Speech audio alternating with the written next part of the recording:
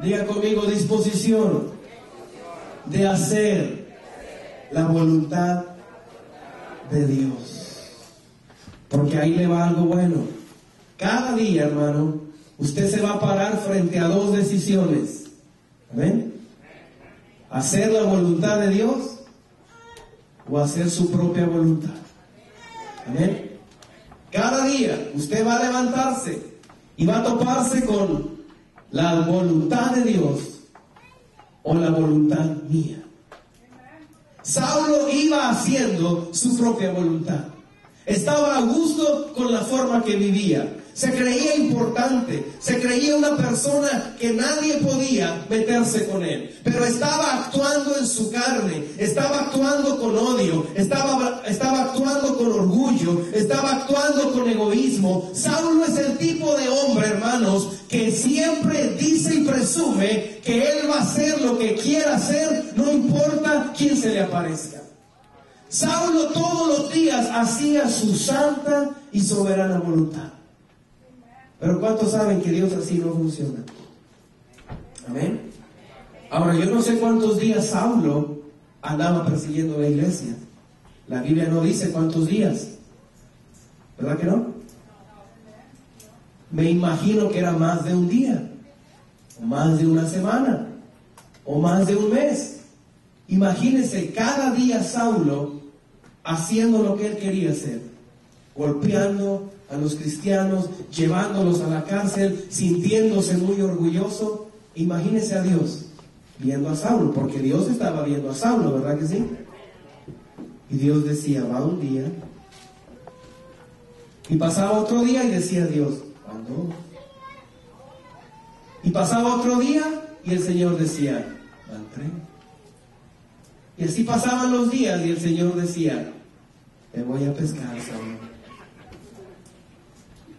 Espérate, acomódate, pero nomás deja que yo te me parezca. ¿Sabe que a veces vamos haciendo las cosas a nuestra manera y pasa un día y parece que todo está bien, ¿verdad? Y le seguimos otro día, actuando a nuestra propia voluntad. El Señor nos dice, no hagas esto, no, sí lo hago. El Señor nos dice, por acá, y nosotros no, por acá. Y vemos que pasan los días y que todo sigue igual y decimos, a lo mejor está tan ocupado con otros que ni cuenta se da de mí. Pero ¿qué cree? El Señor ya lo vio. Y el Señor está diciendo, espérate, tú sigues. Te voy a demostrar que no nada más tus chicharrones truenan, también los míos. Amén. Porque a veces así somos. Decimos, Señor, aquí estoy. Pero no es como Él quiere, es como yo quiero. ¿Verdad que sí? Diga amén o diga ouch. O diga ouch, aleluya. Pero diga algo, ¿verdad? Señor, es como yo quiero. Perdono, pero no olvido. ¿Verdad? ¿Me la hiciste? Así usted lo dijo. Y lo hacemos a nuestra propia voluntad. Saulo era así, a su propia voluntad. Pero un día, diga un día, se le apareció el Señor. Y ahí las cosas cambiaron. Aquel hombre malo, aquel hombre perverso, aquel hombre que hacía su propia voluntad, ahora está en el suelo. Ahora está tirado. Porque cuando vio al Señor se cayó de espaldas y se espantó. Pero ¿sabe una cosa? El Señor no aparece para tumbarnos. El Señor no aparece para tumbarnos al suelo. A veces deja que nos caigamos para que se nos quite. ¿Verdad que sí? Dile a tu vecino, están hablando de ti. A veces Él permite que nos vayamos un poquito al suelo. Porque dicen, hermanos, que cuando uno se cae para el suelo, el único lado para mirar es para el cielo. Así que dele gracias a Dios por las veces que se ha caído al suelo, porque es la única manera que usted ha podido para decir, ay Dios, ¿verdad? Entonces cuando el Señor se le aparece, las cosas cambian, y ahora Saulo, ahí tirado en el suelo, tiene un encuentro con Cristo. El Señor empieza a hablar con él, el Señor empieza a explicarle lo que quiere hacer con él, y Saulo por fin, hermanos, se rinde y dice, ya no va a ser lo que yo quiero. Saulo dice, Señor, ¿qué quieres que yo haga? Como diciendo Saulo, renuncio a vivir en mi propia voluntad, renuncio a vivir en mi propia manera. Ya no es lo que yo quiero, ya no es lo que yo deseo, sino que Saulo dice, Señor, ¿qué quieres tú que yo haga? Tú eres el Señor, tú eres el Maestro, tú eres el Rey de Reyes, tú eres el Señor de Señores. Porque déjame decirte, para ser impulsados a cosas grandes, tenemos que hacer la voluntad de Dios. Es la voluntad de Dios, no nuestros propios caprichos. Amén. Yo sé que me metí en terreno apache, hermanos. Yo sé que es el primer día, pero pues ni modo, hermano. Es la voluntad del Señor la que tiene que estar en nuestras vidas. Saulo le decía al Señor, ¿qué quieres que yo haga? Él tuvo un encuentro con el Señor. Saulo sabía que Dios tenía planes para él, Dios tenía cosas grandes para él, pero no era la manera de Saulo, era la manera de Dios. Yo te vine a decir, iglesia, tú has escuchado, has leído en la palabra que el Señor tiene cosas grandes para ti, pero no es a tu manera, ni es a mi manera. Todo eso va a ocurrir cuando tú hagas la voluntad de Dios, cuando te sometas a Él y cuando le digas, Señor, me rindo. ¿Qué quieres que yo haga? ¿Para qué te puedo servir? ¿Para qué me quieres usar? ¿Qué importa lo que a mí me gusta o no me gusta? Yo voy a hacer lo que a ti te agrada. ¿Alguien puede decir amén a eso? Es cuando hacemos la voluntad del Señor que las cosas empiezan a cambiar. Saulo se decidió a hacer la voluntad del Señor. A veces le iba bien, gloria a Dios, pero a veces no le iba tan bien, porque a veces lo apedreaban, amén. A veces lo golpeaban, amén. A veces le daban de latigazos, amén. Pero Saulo decía, ¿qué quieres que yo haga?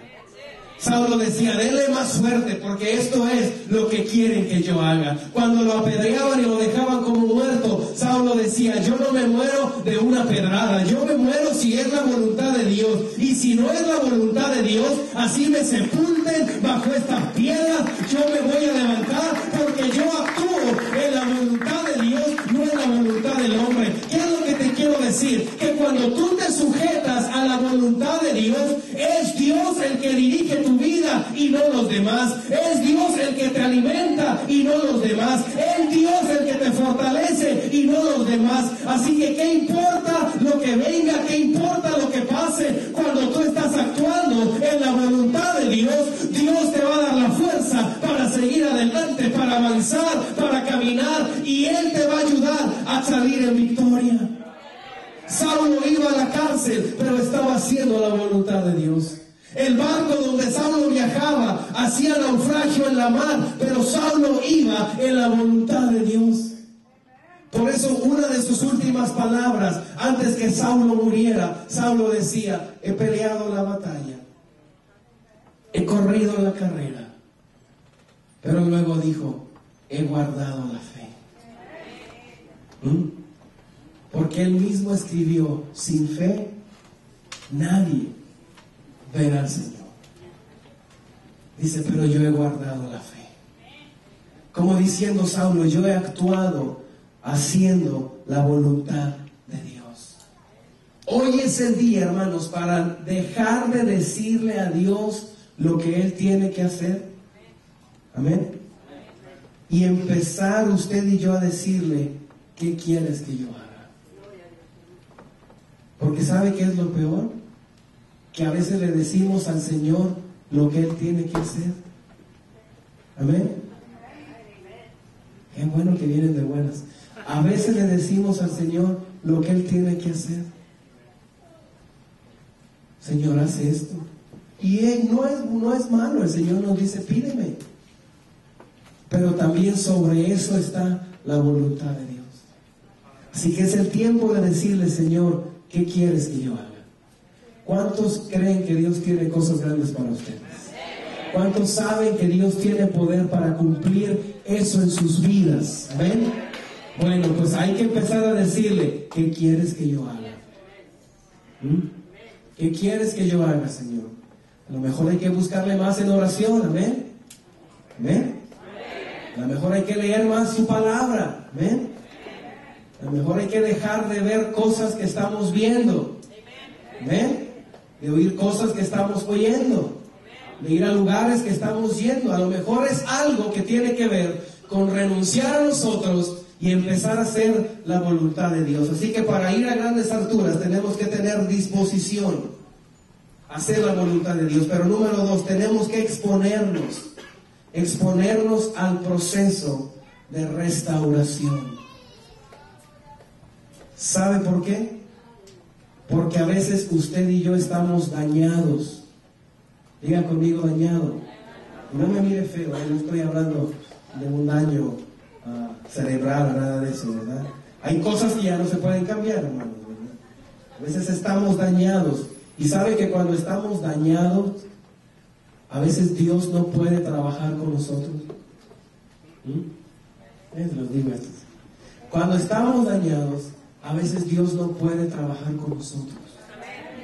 Porque estamos dañados. Porque alguien más nos dañó. Porque alguien más vino a arruinar y a estropear los planes que Dios había hecho en nuestras vidas. Porque alguien nos ofendió. ¿Amén? Porque alguien nos atacó. Porque alguien nos hizo. Y estamos dañados. No es que no amemos a Dios, es que tenemos un daño. Pero si Dios va a cumplir las cosas grandes que tiene para tu vida y mi vida, tiene que restaurarnos. Ahí mismo en Hechos, capítulo 9, versículo 32, 35, dice: aconteció que Pedro era un apóstol del Señor, visitó a todos. Es decir, Pedro estaba visitando a todos los creyentes, a todos los cristianos. Dice, y vino también a los santos. Cuando dice los santos, está hablando de aquellas personas que recibieron a Cristo como Señor y Salvador. Dice, visitó a los santos que estaban en Lida. Dice, y encontró ahí a uno que se llamaba Eneas. Eneas era parte de la congregación de hermanos que estaban en Lida. Pero fíjese cómo encontró a Eneas. Dice que hacía 8 años que estaba en cama porque era paralítico. Yo les hablaba, hermanos, de que a veces, hermanos, Dios no puede trabajar en nosotros porque estamos dañados. Eneas era un miembro de la congregación de la iglesia en Lida. Eneas era un hombre que conocía a Jesús. Eneas era un hombre que era santo para el Señor, creía en Cristo. Eneas era nuestro hermano en la fe, pero Eneas tenía un daño, estaba paralítico, desde hacía 8 años. Eneas era parte de algo poderoso. Bueno, gracias por el entusiasmo. Eneas era parte de algo poderoso, porque era parte de la iglesia, pero no podía moverse. Puede que seamos parte de algo tan poderoso como la iglesia, pero también puede que no podamos movernos. Puede que espiritualmente algo no esté bien, algo esté dañado. Eneas tenía 8 años sin moverse. 8 años tal vez sin ir a la iglesia. Sus emociones estaban debilitadas. Sus sentimientos eran sentimientos de inferioridad. Eneas dependía de otros para todo. Eneas no podía estar gozoso. Eneas estaba postrado en su cama. Eneas estaba paralizado. Eneas vivía en un estado depresivo y en un estado derrotado. La vida de Eneas estaba dañado. Aunque era parte de algo grande, Eneas no podía disfrutar de esa grandeza que Dios tenía. Y sabes una cosa, iglesia, cuando estamos dañados, cuando estamos en esa situación, no podemos gozarnos porque sentimos, hermanos, que todo el peso del mundo está sobre nosotros. Sabemos que el Señor sana, pero estamos enfermos. Amén. Sabemos que Él es el Dios de la abundancia, pero estamos atravesando escasez. Sabemos que Él es el Señor grande y maravilloso, pero estamos atravesando por momentos difíciles. Es en esos momentos cuando aparece un daño espiritual, cuando parece que nada ni nadie nos va a sacar adelante. Pero yo te vine a decir,